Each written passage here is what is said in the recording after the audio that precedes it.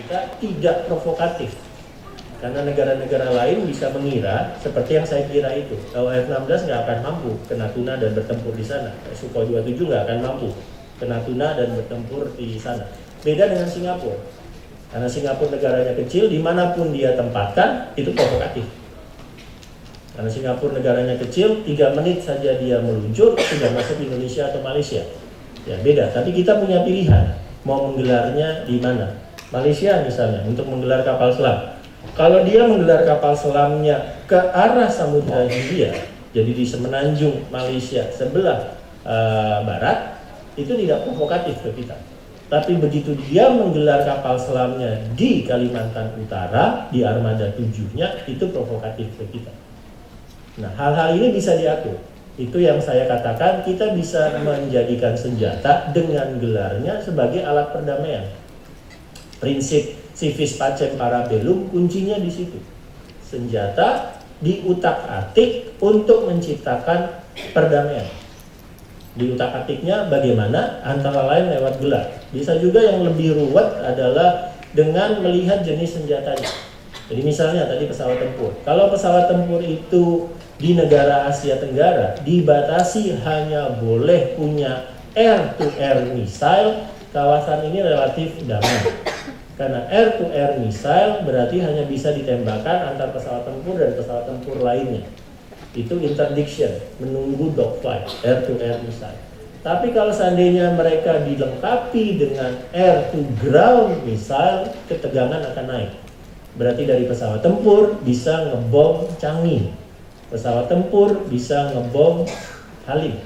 Itu ketegangan naik. Senjatanya diutak-atik juga bisa menciptakan perdamaian. Nah, ilmu ini yang sudah berkembang sejak tahun 80-an. Ya, disebutnya sebagai non-offensive defense, disebutnya sebagai non-provocative defense, disebutnya sebagai defensive defense, macam-macam. Untuk melihat bagaimana caranya satu negara menggelar kekuatan militernya, tapi kekuatan militer itu bisa dijadikan alat perdamaian. Civis pacem para bellumnya diubah. Ya. Nah, ini misalnya Asia Arms Race, lagi-lagi. Apakah kalau penyebarannya seperti ini, kawasan Asia ini akan lebih damai atau lebih rawan konflik? Ya. Karena teorinya tentang persenjataan adalah kita harus mencari force to force ratio. Indonesia nanti punya 12 kapal selam, apakah 12 kapal selam Indonesia itu akan menggelisahkan Singapura, akan menggelisahkan Malaysia? Kalau itu membuat mereka gelisah, mereka akan beli yang sama. Terus lalu dilihat apakah sifat senjatanya ofensif, apakah digelarnya secara provokatif. Kapal selam itu senjata ofensif. Kapal selam tujuannya cuma satu, sea sabotage. Sabotase dari dalam laut, tujuannya cuma satu, pasti ofensif. Menjadikannya lebih tidak galak kapal selam itu dengan cara dia digelar, cara dia lewat misalnya. Menjadi apakah dia provokatif atau non provokatif force deployment. Tapi kalau ofensif dengan provokatif ini ketemu, dia akan menyebabkan security dilemma. Indonesia beli, Singapura beli, Singapura beli, kita beli lagi, terus Singapura beli lagi. Terus menerus security dilemma, memunculkan arms build up, memunculkan arms race, dan akhirnya boom, perang. Ya. Sepanjang secara Asia Tenggara belum pernah kawasan ini mengalami arms build up dan arms race, belum pernah. Lain dengan Eropa, karena dia sudah pernah ada perang di masa Gustavus Adolphus, misalnya yang berakhir ke Westphalia, ada perang Napoleon, ada perang dunia I, ada perjanjian Treaty of Versailles, misalnya ada perang dunia kedua, ada perang dingin. Mereka berpengalaman untuk mengatasi dilema keamanan.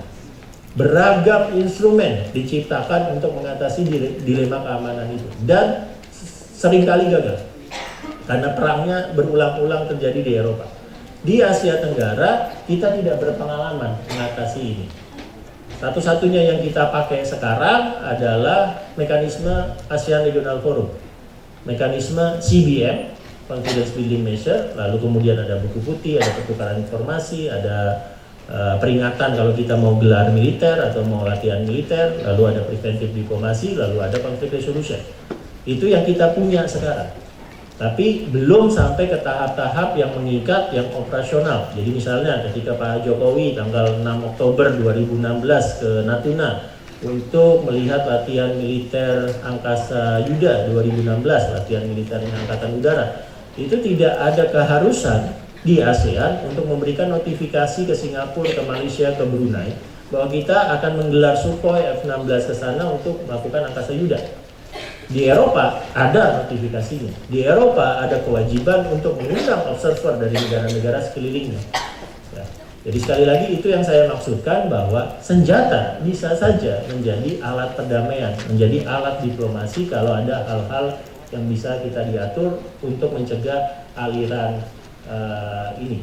Ya, apalagi ke depan datanya menunjukkan dunia itu bukannya tidak akan mengurangi senjata, enggak, malah nambah senjatanya.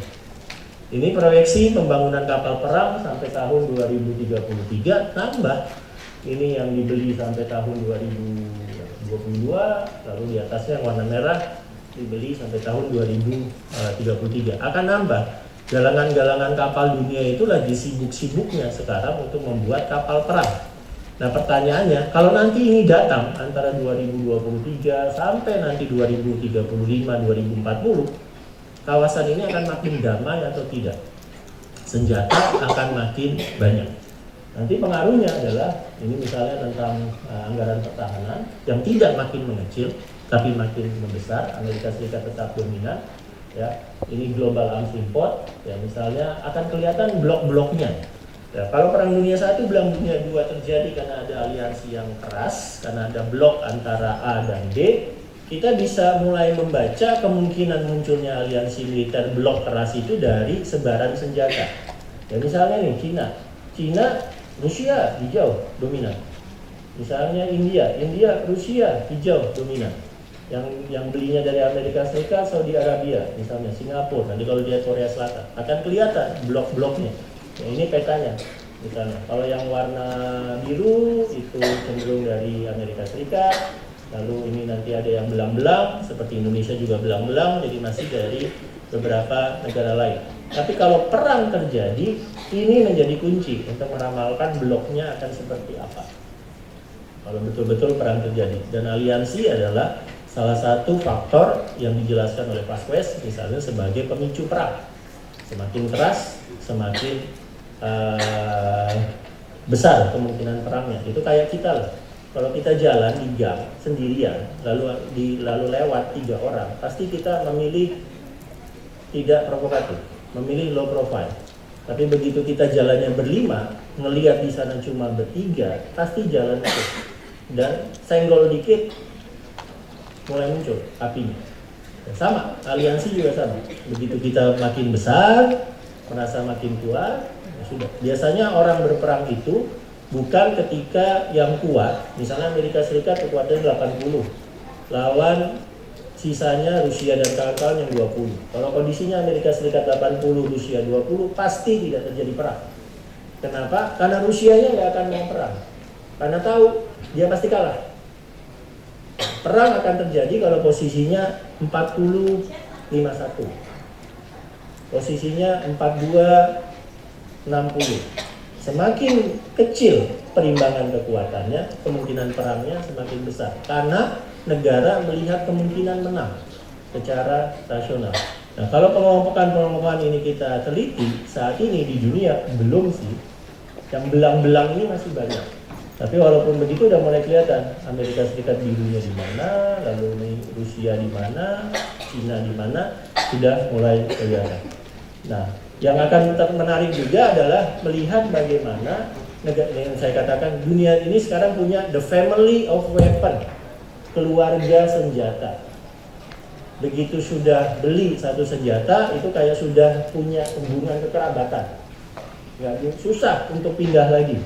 Ya, ini senjata kerabatnya Lockheed Martin F-16 yang ini senjata yang kerabatnya produk Rusia Sukhoi, yang ini produk Cina. Sekarang dominan adalah yang Amerika Serikat Lockheed Martin.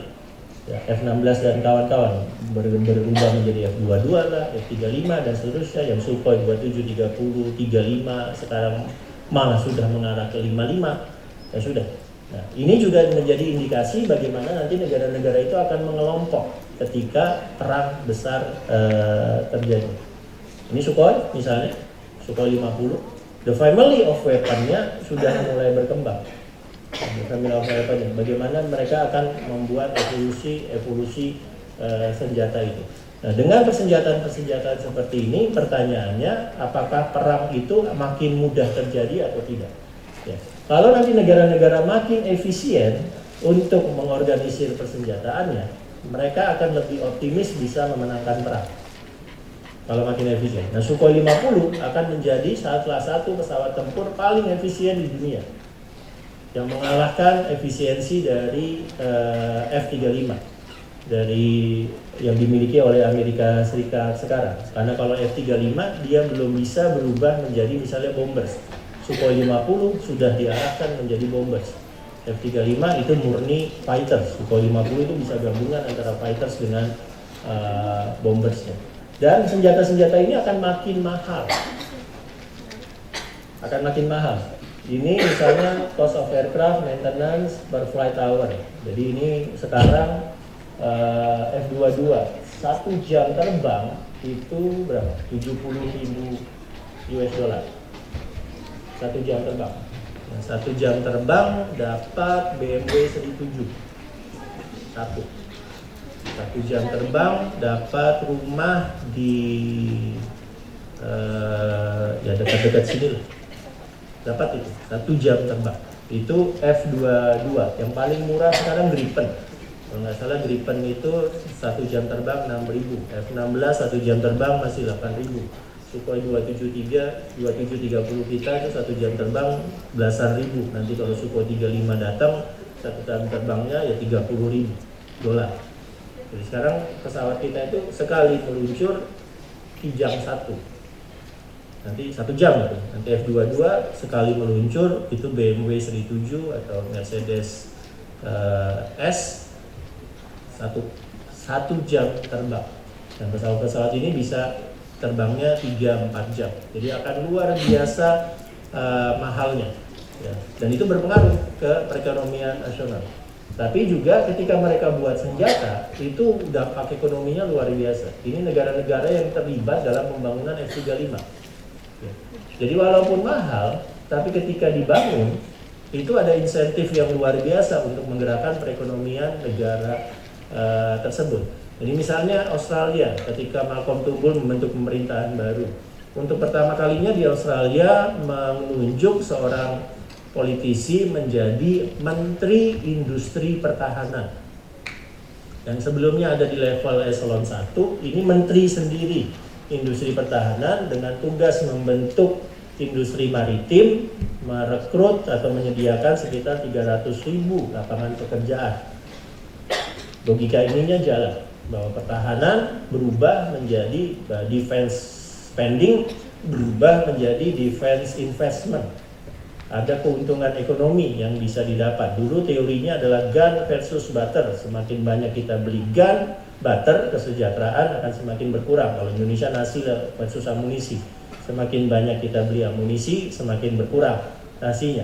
Nah sekarang terobosan barunya, ilmunya Mbak Puri adalah guns and butter. Nasi dan amunisi. Investasi pertahanan. Bagaimana caranya kita belanja pertahanan, uangnya muter untuk menggerakkan ekonomi, apakah offset, apakah transfer teknologi, apakah counter trade, dan seterusnya. Nah ini yang terjadi di mana-mana. Ya lagi-lagi pertanyaannya, apakah ini kemudian akan membentuk yang tadi saya sebut family of weapon dan seterusnya.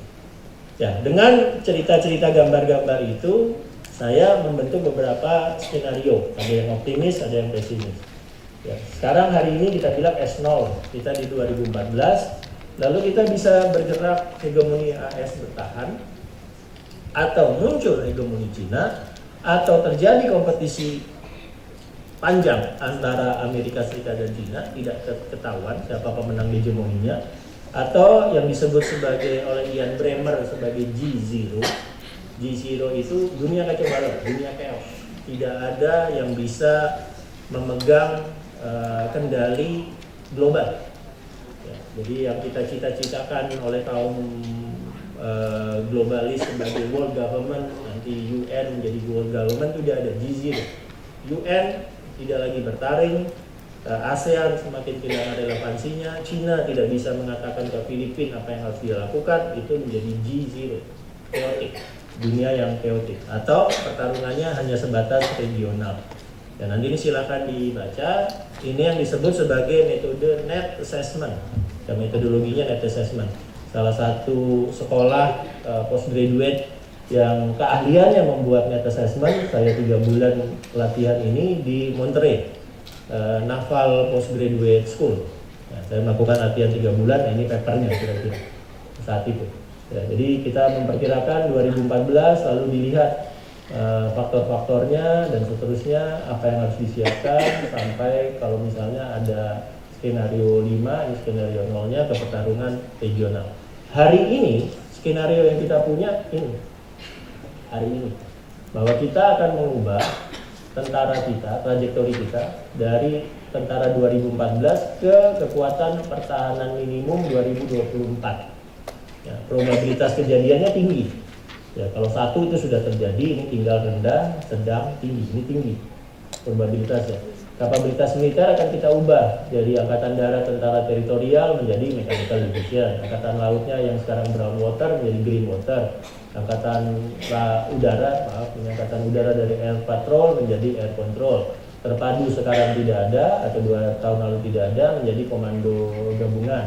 Tapi yang lain-lain ada yang tetap, misalnya ya mestinya diplomasinya dari dinamik equilibriumnya Pak Marty menjadi regional balancing, lalu non aliansinya tetap dan lain-lain. Yang misalnya industri pertahanan, semula infan masih bayi, industri pertahanannya sudah mulai ada industri ceruk, sudah mulai ada keunggulan-keunggulan yang bisa kita kuatkan. Ya, anggaran pertahanan misalnya rendah di 2014, naik menjadi sedang di 2024, 2,5% sampai 3% dari PDB. Ya, metode ini disebutnya net assessment. Jadi yang pertama-tama dilakukan yang tadi, yang di belakangnya, ini membuat skenario-skenarionya sebanyak mungkin yang bisa kita lakukan, lalu dites. Ya, ini ada yang probabilitasnya sudah terjadi. Ya, saya waktu itu berargumen bahwa hegemoni AS itu rendah dan sedang, G0 itu rendah, pertarungan regional tinggi. Jadi harus bersiap-siap ke skenario pertarungan regional. Dan assessment-nya dilakukan.